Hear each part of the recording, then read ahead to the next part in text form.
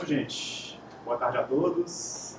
Obrigado pelo convite, é um prazer poder ajudar e falar um pouquinho da minha experiência com a bioinformática. Ao contrário do Sandro e do Guilherme, eu não me considero um grande pesquisador, eu me considero informado em informação ainda, né? E é muito bacana ter a oportunidade de falar para uma plateia que são dos meus pares. Vocês são a minha pessoa amanhã, espero. Então, o meu título da minha palestra vai ser Informática por um Biólogo. Vai ser um disclaimer aqui, é um biólogo que esqueceu a biologia e não aprendeu a computação.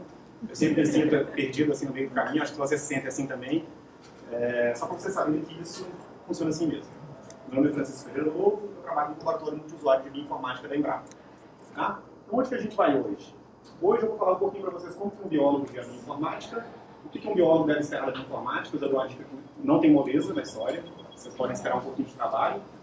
Falar para vocês um pouquinho sobre como eu vejo o mercado da bioinformática no dia de hoje e como valorizar a nossa profissão. Tá? O pessoal que organizou esse evento deixou a gente com bastante liberdade para escolher o que a gente vai falar, eles sugeriram alguns temas, mas a gente teve bastante liberdade. Então, eu organizei isso dessa maneira. Então, primeiro, vou fazer um pequeno disclaimer aqui, falar quem sou eu, né? Eu sou biólogo, mestre em bioquímica e imunologia e doutor em bioinformática. Como eu falei, eu esqueci a biologia e não aprendi a computação, eu me sinto exatamente no meio do caminho. Você se sente assim também, eu tenho certeza. E é comum, né? Quando a gente trabalha nessas áreas interdisciplinares ou transdisciplinares, essa sensação vem corrente. A gente sempre tem que aprender uma outra área do conhecimento e abrir um pouquinho o mundo da nossa, né? Abrir um pouquinho o mundo das coisas que a gente aprendeu durante a nossa graduação. Tá? Eu sou pesquisador na Embrapa e eu trabalho no laboratório multiusuário de bioinformática. Então, como eu vejo a bioinformática hoje? Algumas coisas aqui já vão ser chavão para quem já está na área há mais tempo, outras coisas podem ser novidade. Como a gente tinha um público bastante heterogêneo, desde alunos de graduação até pós-docs, eu fiz uma apresentação para contemplar todos esses perfis. Tá? Como toda área que é interdisciplinar, a gente pode resumir a bioinformática em duas palavras, né? É complicado. Quem é de um lado tem que esquecer o lado e aprender o outro e vice-versa, né? Um conselho que eu dou para vocês de cara é livros daquele tipo: esqueça ou aprenda a linguagem tal em 21 dias, ou biologia molecular for dummies. Isso não vai funcionar assim, gente. Eu vi recentemente um texto na internet falando como aprender a programar bem em 10 anos. E eu acho que essa é uma janela de tempo razoável para o meu lado, né? Eu que vim da biologia e fui aprender a computação, eu acho que 10 anos é uma janela de tempo razoável. Pelo menos para mim foi assim. Eu hoje, após uma década programando mais ou menos computadores, eu me sinto confortável para conversar com cientistas da computação, entender o que eles estão falando e eventualmente tentar contribuir, né? Tentar passar um pouquinho da minha impressão como biólogo de como essa área funciona. Então, a primeira coisa é equalizar as expectativas. Quando a gente termina um doutorado em bioinformática, quem veio da área de biologia não vai sair um bom programador, não tem jeito, né? Quem está na computação teve a oportunidade de fazer diversos projetos, colocar a mão na massa, trabalhar com computação em si por muito tempo. Não é nosso caso. Quando a gente sai da bioinformática com o título de doutor em bioinformática, eu, falando um pouquinho da minha experiência pessoal, eu tinha feito pouquíssimos programas na minha vida e programas ruins, sabe? Eles poderiam ter sido muito melhores. Então, é muito engraçada a experiência você pegar o teu código e olhar para ele alguns anos depois. Você vê o tanto de bobagem que você fazia, o tanto que você aprendeu nesse tempo. Tá? Isso é super louvável, ainda bem que é assim, né? Se a gente olhasse e ver que você fez melhor no passado do que hoje, você está com Alzheimer, né? Tem alguma coisa errada acontecendo com você. Então, equalize suas expectativas. Não ache que vocês vão sair ao final do seu doutorado programando lindamente, dando aula com um computeiro. Não será assim que vai acontecer. Quem vem da biologia, quem vem da computação depois, a gente vai falar um pouquinho sobre isso. Tá? Então, para a gente falar um pouquinho mais concretamente disso, eu queria mostrar para vocês uma pequena análise de dados exploratória que eu fiz. Tá? Nessa pequena análise exploratória, eu vou considerar a Embrapa, que é a instituição onde eu trabalho, como microcosmo das contratações em ciências biológicas exatas e da Terra. Por quê? Porque eu tinha acesso a esses dados de uma maneira muito mais fácil do que qualquer outro tipo de dado. Tá?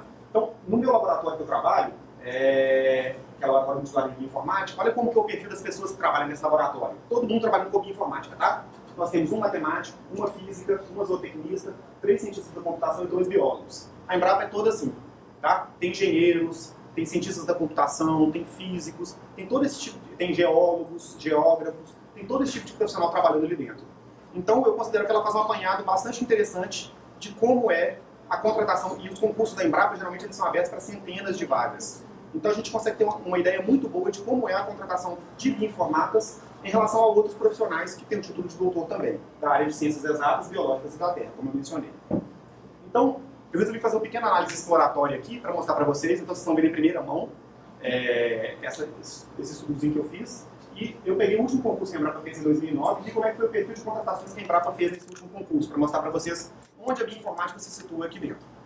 Então eu fiz uma breve análise exploratória utilizando a linguagem R, utilizando o pacote ggplot2, é um pacote para visualização de dados, é muito interessante. Nesse concurso havia 676 vagas, ele funciona da seguinte maneira, gente.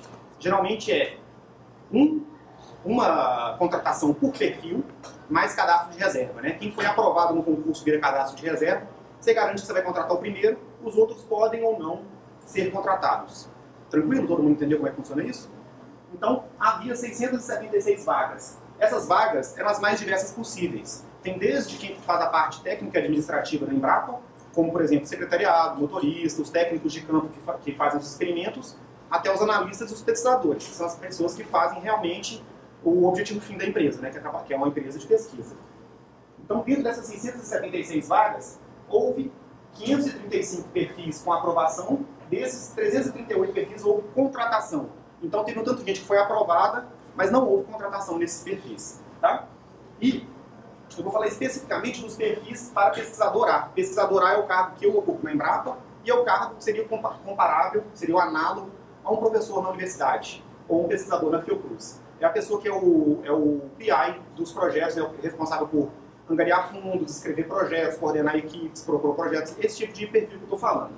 Então a Embrapa aprovou em 189 dos cargos de pesquisador, houve aprovados, e desses 189 houve contratação em 170. Tranquilo? Então eu estou falando desses números aqui, ó, 189 e 170. Então como que foi, primeiro, o perfil geral de contratações? Nesse eixo aqui, a gente tem um número de contratados para um determinado perfil. Quando eu falo perfil, gente, estou querendo dizer o seguinte: existe o perfil bioinformata, existe o perfil engenheiro de solos, existe o perfil engenheiro de materiais. Cada um desses é um perfil diferente, tá? Então houve 170 perfis onde houve contratação. Isso aqui é um número de contratações para cada um dos perfis. O que a gente percebe de cara? Houve uma parcela dos perfis onde não houve contratação nenhuma, houve gente aprovada, mas não houve contratação. Então é a diferença entre esses 189 e 170, é essa primeira barra aqui. Para a vasta maioria, houve somente uma contratação. Vocês percebam que houve somente uma contratação para a vasta maioria dos perfis. E aquele setinho ali está mostrando onde se encaixa o perfil da bioinformática em relação aos outros perfis. Então ele faz parte de uma minoria. Ele faz parte dos perfis onde houve 5 ou mais contratações. Isso faz parte de 5% dessa distribuição somente. Então, para a vasta maioria dos perfis de pesquisadores dentro da Embrapa, houve menos que 5 contratações. O que eu quero mostrar com isso aqui? Que a bioinformática contratou muito dentro da Embrapa, em relação aos outros perfis. Para a maior parte dos perfis não houve contratação, as contratações foram abaixo de 5. Tá? Explorando um pouquinho mais esse conjunto de dados, aqui eu plotei o número de aprovados para um determinado perfil e o número de contratados para esse mesmo perfil.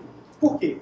Porque se houver poucos aprovados para um perfil qualquer, obviamente você vai contratar poucos daquele perfil também, né? Então, para a gente poder ver como é que essa distribuição se comportou, esses dados se comportam, essa é uma outra abordagem interessante. Então aqui eu coloquei o número de aprovados e o número de contratados para um determinado perfil. Essa reta que está destacada aqui, ó, é a reta do 100%. É onde você contratou todo mundo que foi aprovado.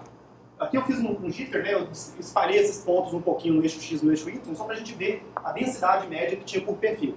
Então a gente consegue ver que para vários dos perfis, o número de aprovados e o número de contratados foi o mesmo, mas essa reta termina no 5, ó.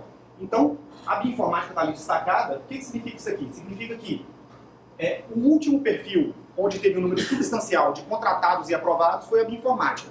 A bioinformática teve 5 aprovados no último concurso da Embrapa e todos os 5 foram contratados.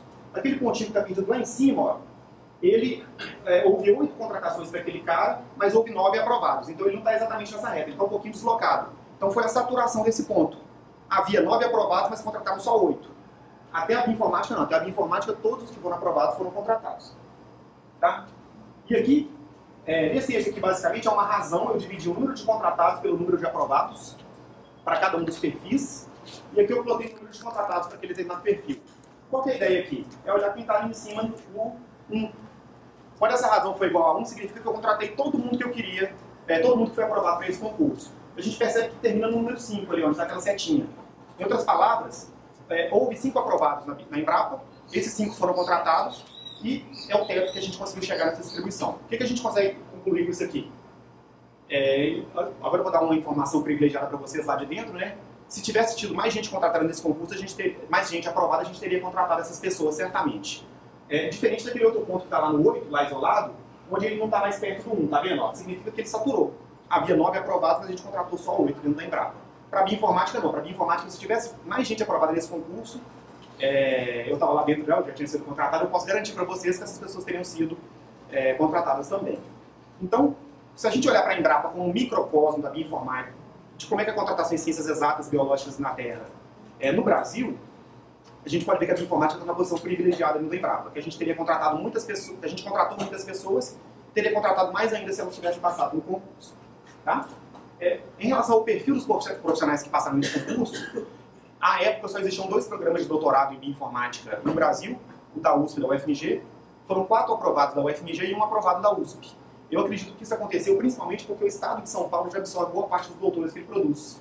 Tá? Então, vários dos doutores em bioinformática que são aprovados aqui, que formaram aqui no programa da USP, eles eventualmente vão para o interior de São Paulo, aqui para a própria USP, então eles não saem tanto do estado de São Paulo, né, pelas condições privilegiadas que tem esse estado em termos científicos.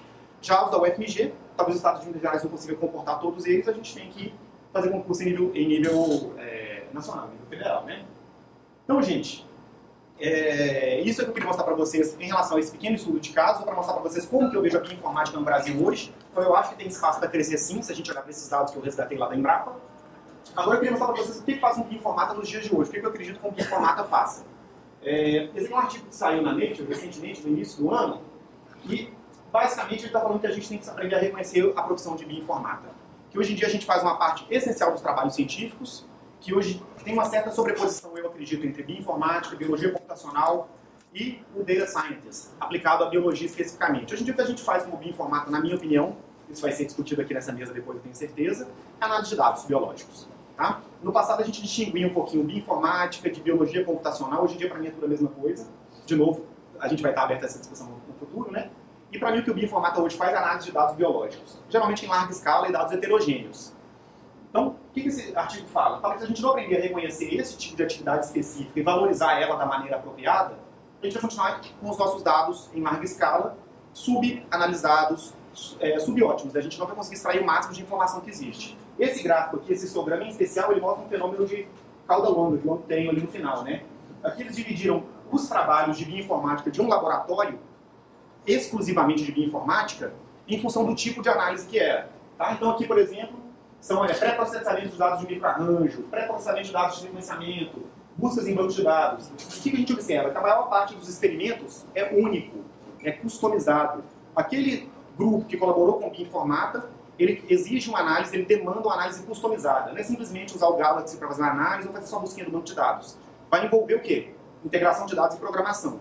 Então, já respondendo aquela pergunta que eu deixei para vocês lá atrás, para mim, quem é biólogo na bioinformática tem que saber programar assim nos dias de hoje para fazer a diferença. Não é trivial. Foi a última vez que eu me senti realmente idiota, foi quando eu estava aprendendo a programar um computador. Demorei 10 anos para me sentir confortável, mas o meu conselho para os biólogos que estão aqui vendo essa palestra é: aprendam a programar o quanto antes. Sintam-se confortáveis em fazer isso. Você nunca vai ser tão bom quanto o cientista da computação, mas eventualmente você vai ser um pouquinho mais independente desses profissionais. Tá? Então, esse gráfico mostra justamente isso. Que aquela customização que é feita ali, aquela integração de dados, é feita através de programação, nem que seja um scriptzinho para você integrar os dados, mas isso tem que ser feito de alguma maneira. Tá bom?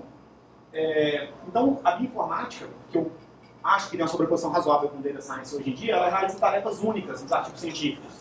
Análise de dados, integração de dados, mas, paradoxalmente, o reconhecimento costuma não caminhar junto. Então, como é que a gente faria para reconhecer o valor do profissional de bioinformática em artigos científicos? Eu vi uma iniciativa super interessante hoje em dia, que são essas etiquetazinhas que você pode colocar nos artigos, né? São chamados de Digital Badges. O que significa? Para cada autor em um artigo científico hoje, você vai poder falar, vai existir uma entrar, né? Que a gente não é nem o primeiro nem o último autor. Tá? Gente, isso é o que eu tinha para falar para vocês. Obrigado, o tempo é corrido, mas a gente tem a mesa redonda para discutir. Quem quiser me escrever depois, esses aqui são os meus e-mails. Eu tenho um blog de divulgação científica, que é o Palpitômica, Palpites em Escala Genômica. Quem quiser dar uma olhada lá depois, vai lá e vê o que eu tenho escrito lá também. Muito obrigado.